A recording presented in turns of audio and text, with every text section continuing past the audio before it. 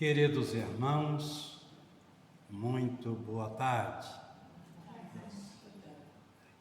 Queridos irmãos, muito boa tarde. Porque parece que eu dei boa tarde para os desencarnados.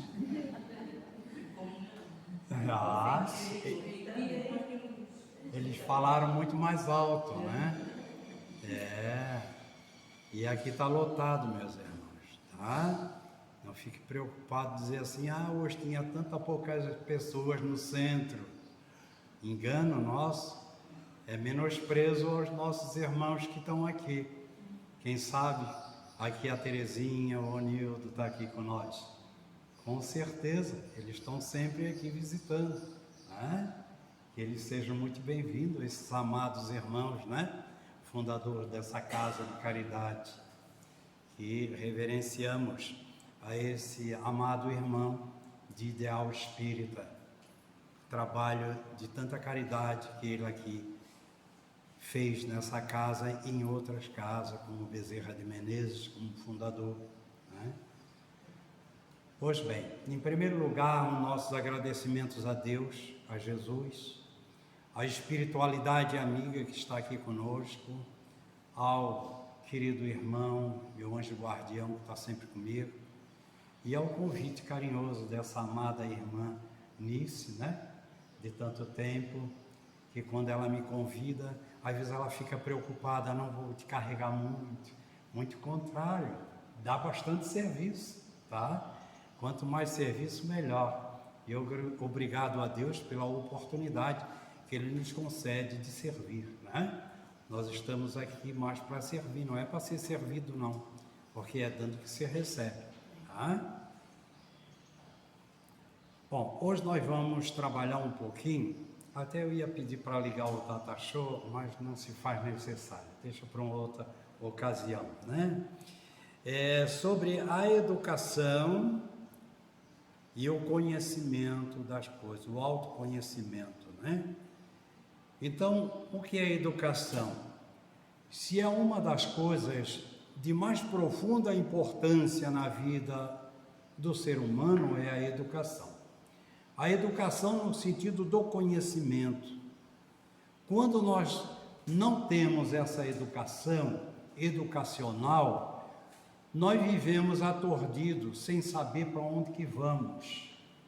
É aquele cego que fica tateando as coisas sem direção. Então ele precisa de algo para se conduzir. Ele usa uma bengalinha ou alguém para atravessar a rua ou colocar em algum determinado local. E um indivíduo sem educação, sem conhecimento, é um cego que tateia as coisas, sem destino, sem norte na vida. Então, a doutrina espírita é uma doutrina educativa, por isso que ela é ciência, é filosofia, que consequência religiosa. Porque quando nós adquirimos o conhecimento na questão filosófica, na busca do conhecimento, do raciocínio lógico, nós entendemos melhor as coisas e, consequentemente, vamos de encontro a Deus, conhecer Deus, vamos nos conhecer. Por isso que a religião é essa ponte que nos liga entre nós e Deus, é esse religar. Isto é religião, é religar nós com Deus. E quando nós fizemos essa ligação com Deus, nós devemos fazer com uma fé raciocinada, com conhecimento, com educação. Senão, nós vamos viver uma vida aturdida, sem destino, sem saber para onde que vamos. Ora cremos, ora descremos, pela falta do conhecimento. E certa feita, foi convidado a Licurgo a proferir um seminário na questão da educação. Licurgo era um ateniense com um grau altíssimo do nível intelectual educacional. Então ele era um educador. E a princípio, quando convidaram Licurgo para proferir este seminário com uma palestra sobre educação, ele a princípio não quis. E depois, pensando muito, analisando a questão da importância desta palestra, ele acabou aceitando. Mas exigiu um prazo de 30 dias para que ele se preparasse para proferir esta palestra. Mas o público achou desnecessário. 30 dias por quê? Se ele era um grande educador nesta área da educação, não se fazia necessário esse tempo todo. Mas mesmo assim ele exigiu e assim foi feito o trato com ele para que isto ocorresse. A cabo de 30 dias, ele se apresenta diante de um areópago. Um areópago é um salão grande, um estádio de conferência, aonde se davam ali os grandes eventos. E Licurgo vinha com 2 servos. Cada um servo trazia uma gaiola com uma lebre e outro e um cão, daqueles cão bravo da raça Martins. E o outro servo também trazia uma lebre dentro de uma gaiola e o outro cão. Deu-se o início da conferência. O areópago superlotado, esperando o momento da sua exposição.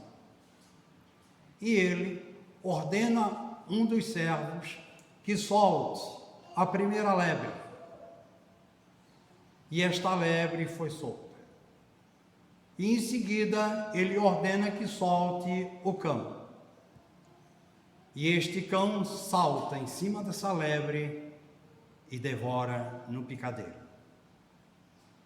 E o povo ficou horrorizado com aquela cena trágica, aonde o cão acaba com um animalzinho. Ele ordena que naquele momento faça-se a limpeza do picadeiro. Depois da limpeza, ele ordena que o outro servo solte a outra lebre. E o público, já apavorado com aquele assunto, aquela cena horrível que tinham acabado de ver, ficaram atentos. O que podia ocorrer? A mesma cena. E em seguida ele manda soltar o outro cão. A lebre saltitante no picadeiro e o cão salta em cima da lebre. A lebre salta em cima dele e ficaram ali por alguns minutos, brincando um com o outro. O cão batia com a patinha na lebre e ela também no cão.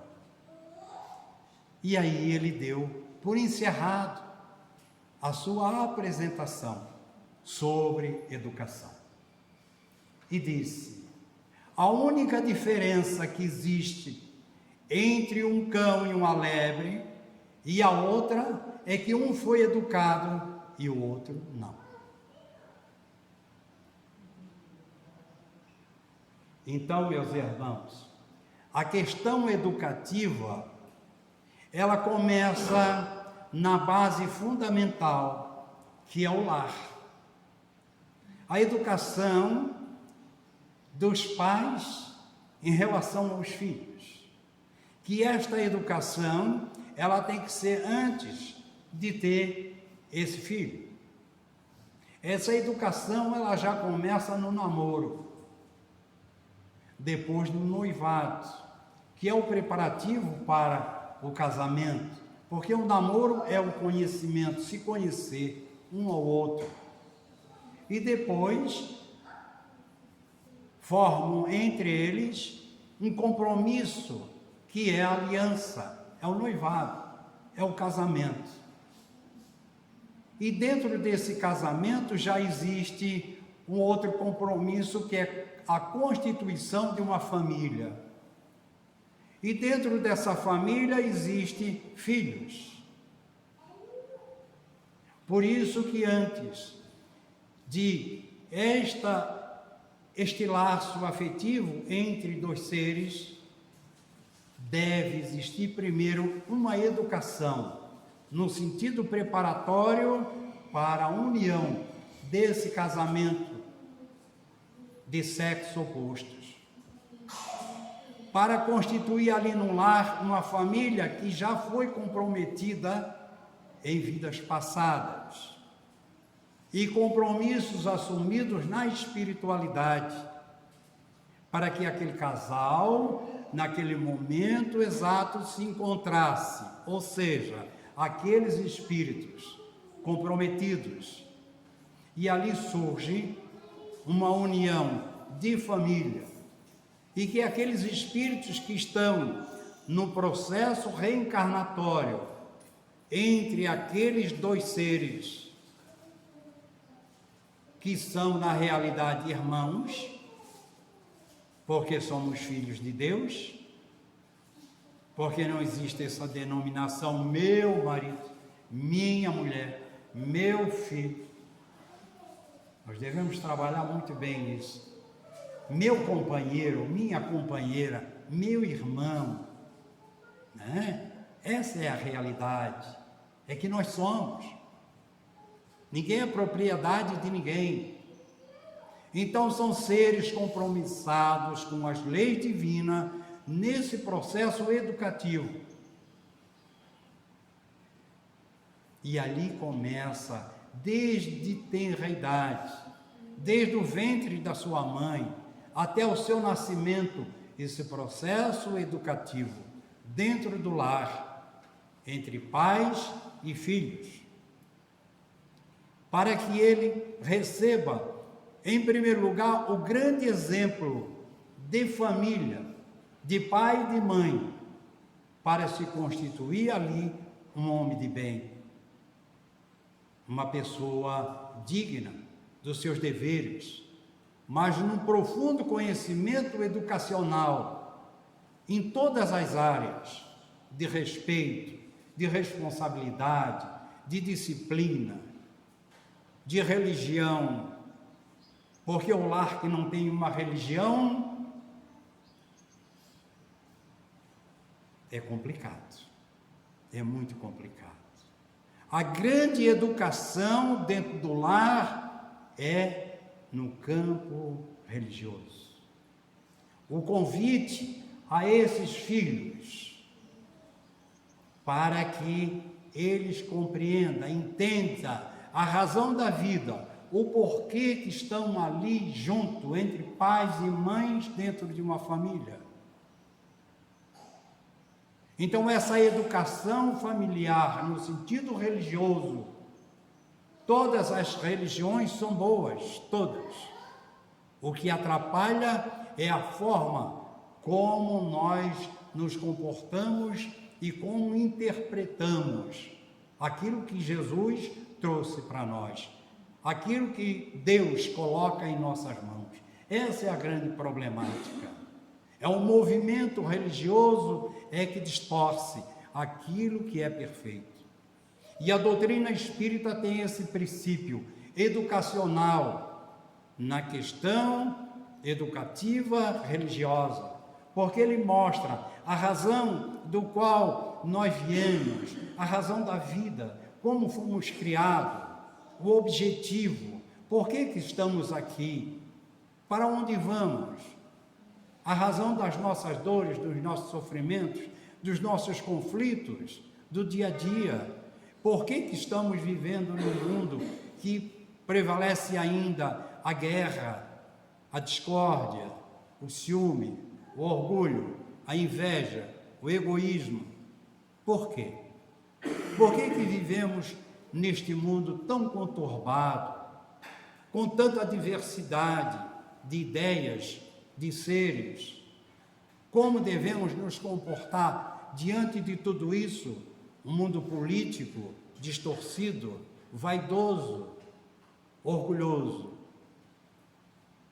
Isto tudo deve ser o princípio básico de uma educação dentro do lar.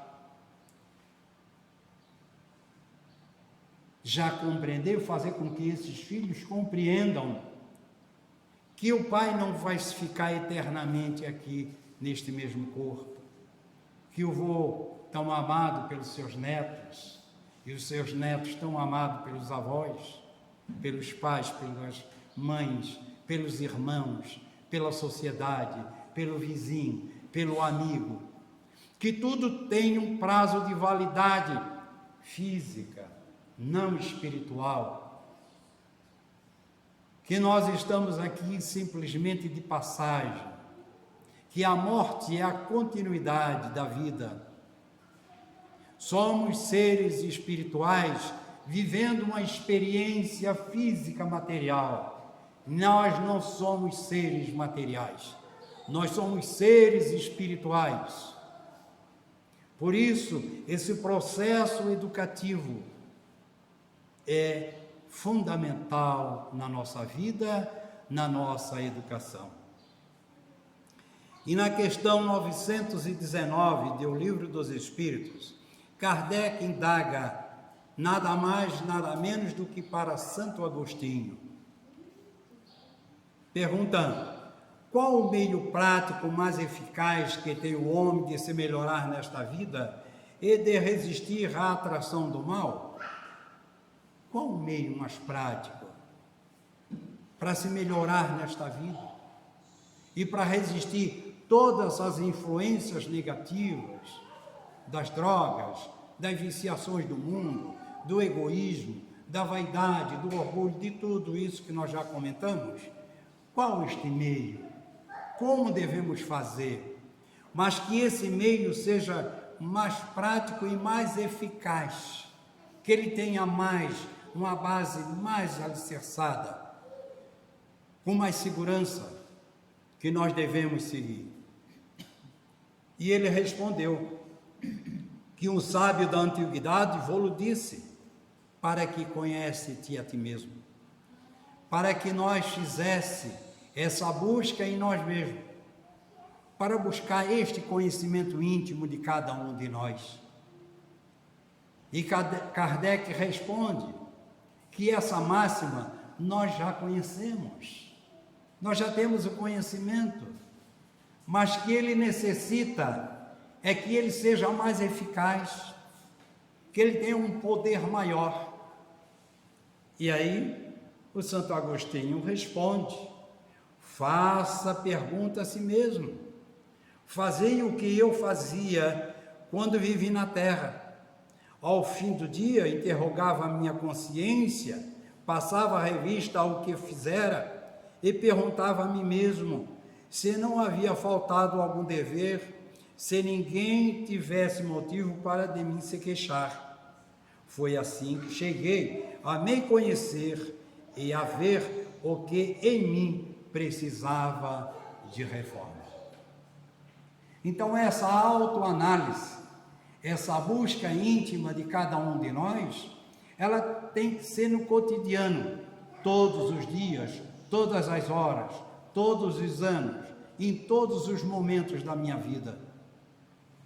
Aonde quer que nós estejamos, seja no lar, perante a família, perante os filhos, seja com o meu vizinho, seja no meu ambiente de trabalho, seja nas ruas, seja dentro de uma casa religiosa como essa, a convivência entre irmãos, que constitui-se uma família dentro de uma casa espírita ou em qualquer outra religião.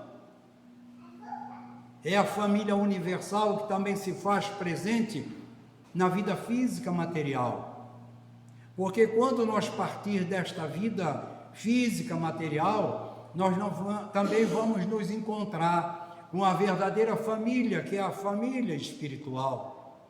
Aqueles nossos entes queridos que já partiram para a espiritualidade e aqueles que ficaram velando por nós, orando por nós, nos acompanhando na nossa trajetória evolutiva aqui na matéria, compromissados com as leis divinas, torcendo para que nós vencesse as nossas provações, as nossas expiações, a nossa missão, para que chegasse o momento do desencarne, chegasse perante Deus com a nossa consciência tranquila do nosso dever cumprido, principalmente na questão educativa dentro do nosso lar, através do exemplo, através do amor, através da caridade, da benevolência para com o nosso próximo.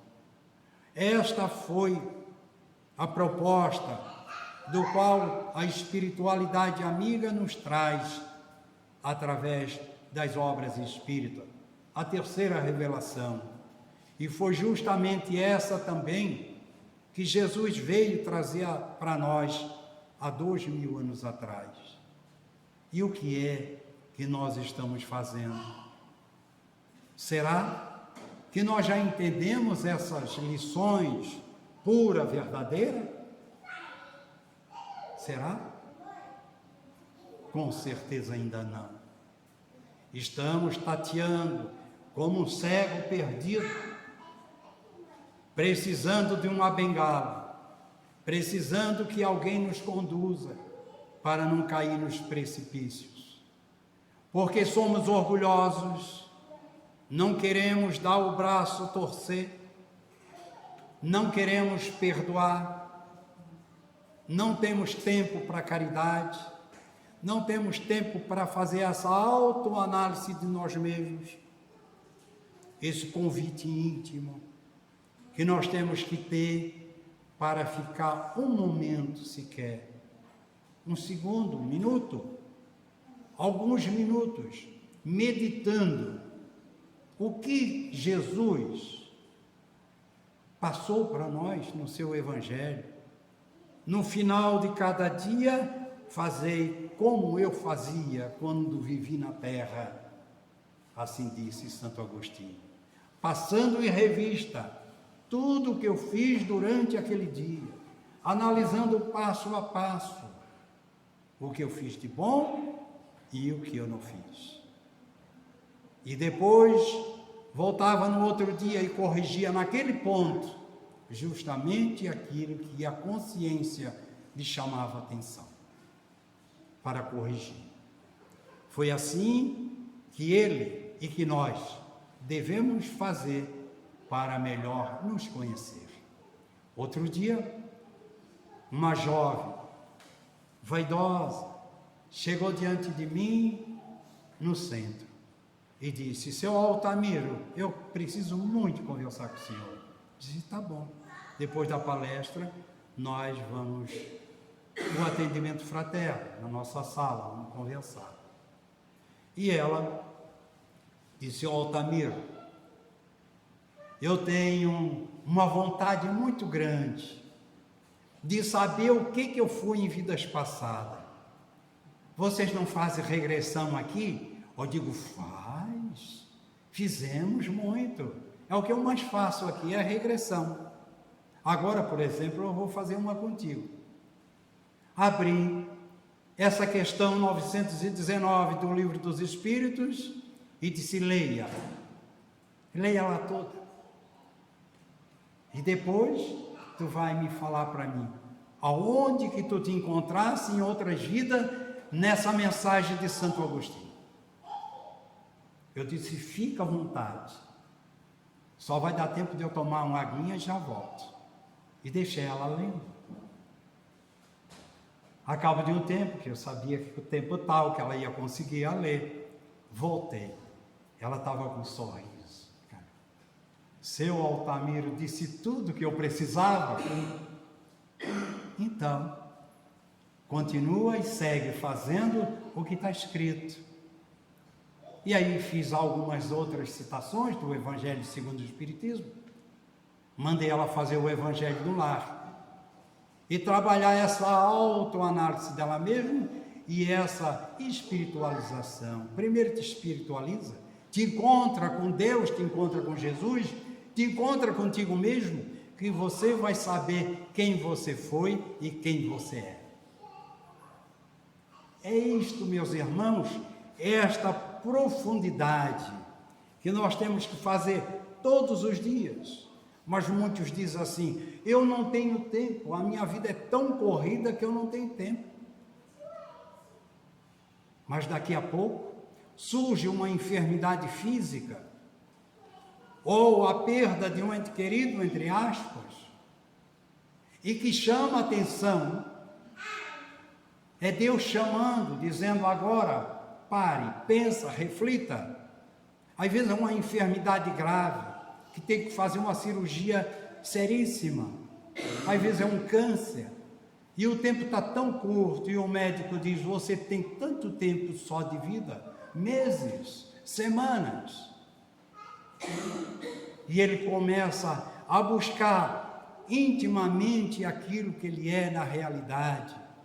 Ele se encontra consigo mesmo e diz, meu Pai, quanto tempo eu perdi, quantas horas preciosas, naquele momento que eu podia ser bom com meu filho, atencioso com meu filho, com meu marido, com a minha esposa, no meu ambiente de trabalho que eu fui agressivo como chefe, aquele poderoso, orgulhoso, vaidoso, egoísta, que não dê atenção ao meu funcionário, aquele que passa pela rua sisudo, não levanta a cabeça para dar nem um oi, nem um bom dia, nem uma boa tarde, nem uma boa noite.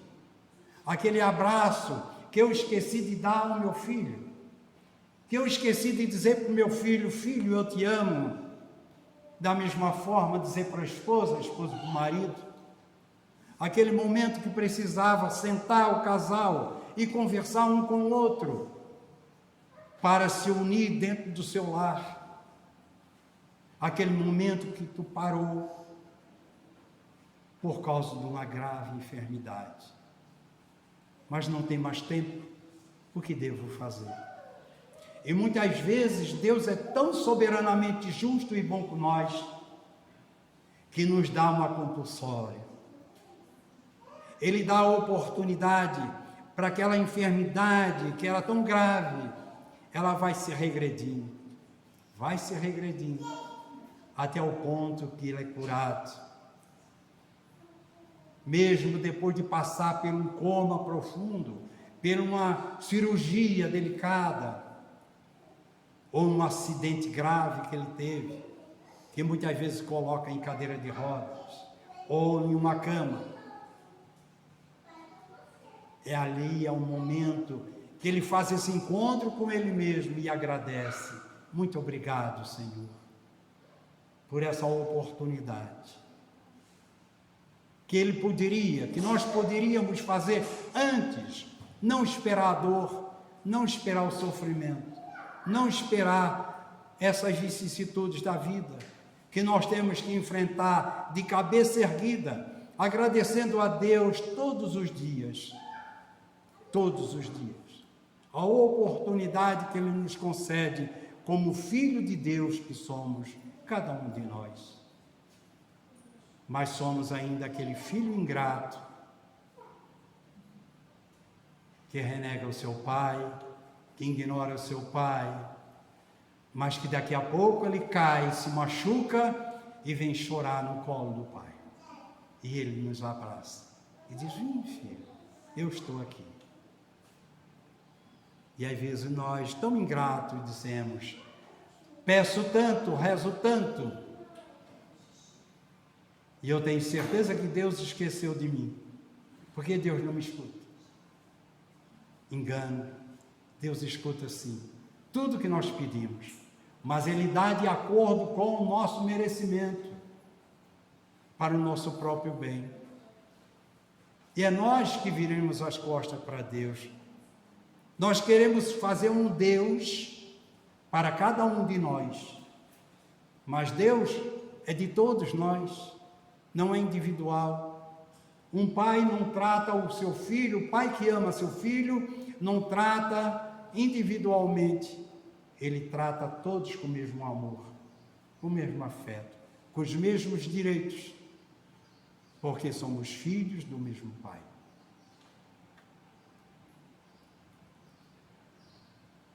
Essa auto-iluminação interior dentro de cada um deve ser começar com o autodomínio de nós mesmos. Disciplina de sentimentos egoísticos e inferiores. Guiarmos-nos pelos testemunhos de sacrifício de outras almas.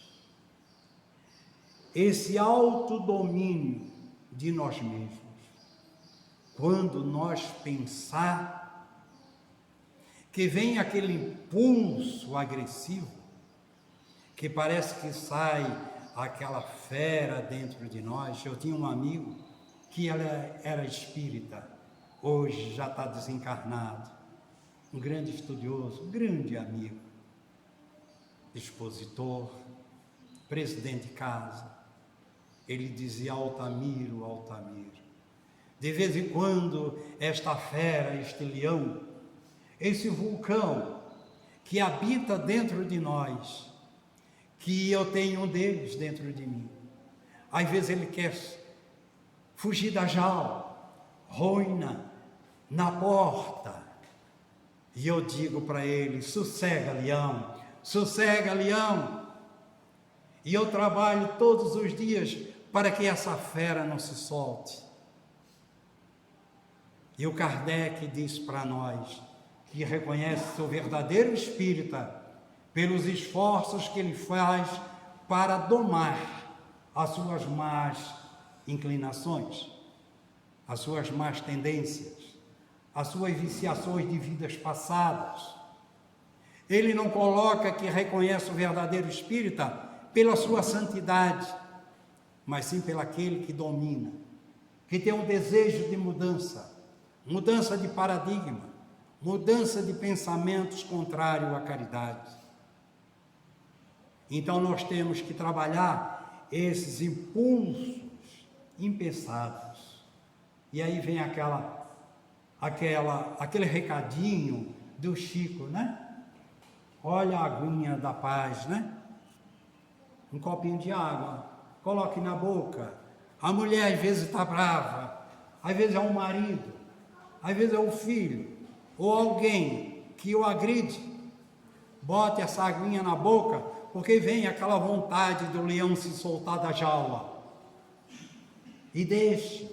Enquanto a água está na boca, nós não conseguimos falar. E ali é um momento da meditação, de elevar o pensamento a Deus, aos espíritos amigos, ao nosso anjo guardião, e dizer: me ajude, para que eu não perca o meu equilíbrio. Me ajude. Enquanto o indivíduo fala, ele está concentrado, pensando em Deus, pensando em Jesus.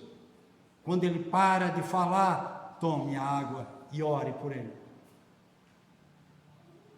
Isto é um processo educativo, é educação, é um conhecimento doutrinário, religioso, à luz da doutrina espírita. Disciplina de sentimentos egoístico, o nosso egoísmo, que nós temos que trabalhar. Se eu tenho 2, alguma coisa é supérflua. Para que eu quero 2? Se o outro precisa também e não tem nenhum, então eu tenho o dever de dividir com ele. Não dividir os trapos do nosso guarda-roupa, fazendo faxina, para que o outro sirva de depósito. Vai lá na loja, compra uma roupinha boa, um agasalho. Agora vem o fim de ano. Pense nos nossos irmãos que não têm. Para dar um presentinho para ele precisa também, assim como uma criança. Não dê um brinquedo quebrado, compre um brinquedinho novo e dá para aquela criança, um sorriso daquela criança. Se temos fartura dentro da nossa casa, que bom, porque foi sacrifício, foi trabalho, valeu, mas devemos pensar que o nosso vizinho não tem, que o outro não tem. Então, devemos disciplinar esse egoísmo, né? E os pensamentos inferiores. Os nossos pensamentos, como é que está? Trabalhar essa disciplina dos nossos pensamentos, que é uma fonte geradora de enfermidades, já começando em nós. Carregamos essa enfermidade através do nosso pensamento e descarregamos no outro. Os nossos conflitos, as nossas amarguras, as nossas revoltas,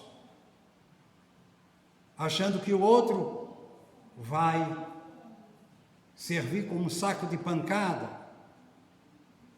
Não. Nós temos que trabalhar isso nós. Guiarmos-nos pelos testemunhos de sacrifício de outras almas. Quantas pessoas nos deixaram exemplos a ser seguidos? Divaldo Franco, com 95 anos, nos está dando grande exemplo de sacrifício, de amor a ser seguido, correndo ainda ao mundo, levando a mensagem espírita de amor, de caridade, o trabalho grandioso de milhares e milhares e milhares de crianças lá na Mansão do Caminho, colhidas, recolhidas nas ruas, até mesmo em lata de lixo, sendo devoradas até por formigas, aqueles recém-nascidos, e colocado na Mansão do Caminho, e de lá saem os verdadeiros homens de bem para a sociedade. Exemplo de Chico Xavier, o sacrifício de Chico desde criança, nesse trabalho de amor, de caridade com o próximo, atendendo a necessidade de milhares e milhares de pessoas de toda a parte do Brasil e fora do Brasil, que vinham de caravanas, de ônibus, em busca de uma palavra amiga, de um abraço, de uma energia edificante daquele homem, de Madre Teresa, de Irmã Dulce, que viveram a vida inteira em benefício do próximo, exemplos de amor, de caridade. E, acima de tudo, o exemplo de Jesus para com todos nós. Esse amado Mestre que nos deixou o grande ensinamento, dizendo: eu sou o caminho, eu sou a verdade, eu sou a vida. Ninguém irá ao Pai a não ser por mim, porque eu sou o caminho a ser seguido. E nós não entendemos ainda. Não entendemos ainda a razão do qual Jesus veio até nós. Agora, queridos irmãos, está se aproximando o Natal. Qual é o presente que nós estamos preparando para Jesus? O que é que Jesus espera de nós nesse Natal? É um carro do ano? É uma mansão? É uma mesa farta de bebida e de comida para depois jogar metade no lixo? É um conflito em família? Porque muitas vezes sentam-se naquela mesa, mas um não consegue olhar na face do outro. Baixam a cabeça, viram as costas. É uma repulsa, é uma energia negativa um ao outro. Outros nem fazem parte daquela família, porque não tem condições. Eu não vou me reunir em família porque eu não me afinizo com fulano de tal. Eu não me dou muito bem com meu pai ou com a minha mãe, ou com meu irmão, ou com meu sobrinho, com meu neto, com meu cunhado ou com a minha cunhada, alguém que tem um desafeto. Mas não é um momento de presentear Jesus para o aperto de mão, para o perdão, para o amor, para a caridade. em vez de atirar foguetes, de bebedeiras, alcoolizados, para depois criticar um ao outro, criar picuinhas. É o momento de se dar a mão, no contorno daquela mesa farta, e agradecer a Deus pela bênção da vida, pelo alimento que ali está posto na mesa, mas direcionar o nosso pensamento aos nossos irmãos lá fora, que não têm um pão sequer, um ombro amigo, uma família, um irmão, um pai, uma mãe, aquele que lhe dê atenção. É a esses irmãos que nós devemos presentear o Cristo, tirar parte daquele alimento e distribuir com os nossos irmãos lá fora, que não tem.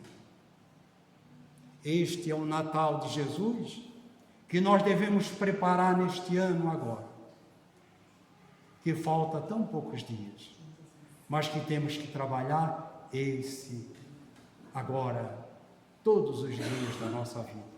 Não esperamos o dia 25 de dezembro, vamos fazer em todos os momentos, em todos os dias da nossa vida.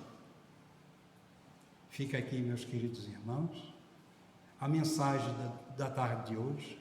Desejo a todos um abraço afetuoso, carinhoso, do amigo Altamiro, e um Natal de muita luz e muita paz, e um ano de muita paz e felicidade para todos. Reflitamos, meus irmãos, que Deus o ampare a todos. Muita paz.